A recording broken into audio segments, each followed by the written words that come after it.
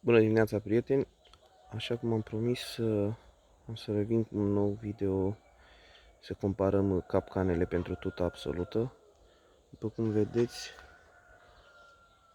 capcanele Delta cu feromoni sunt goale.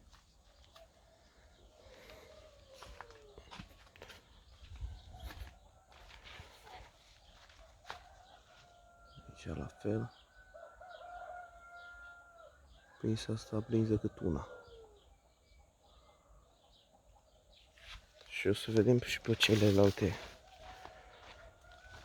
electrice.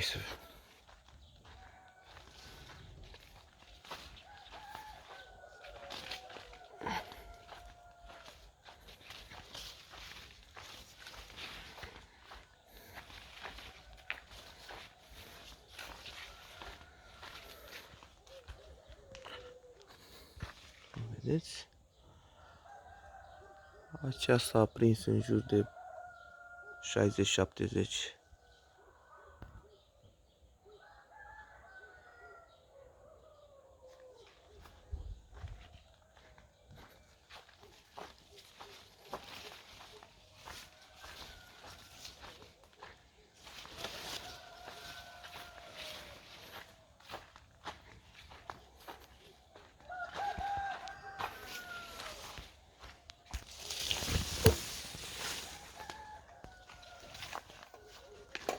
Iar aceasta, după cum se vede, e full.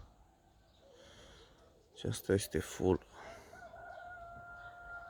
Ia uitați cum ne arde.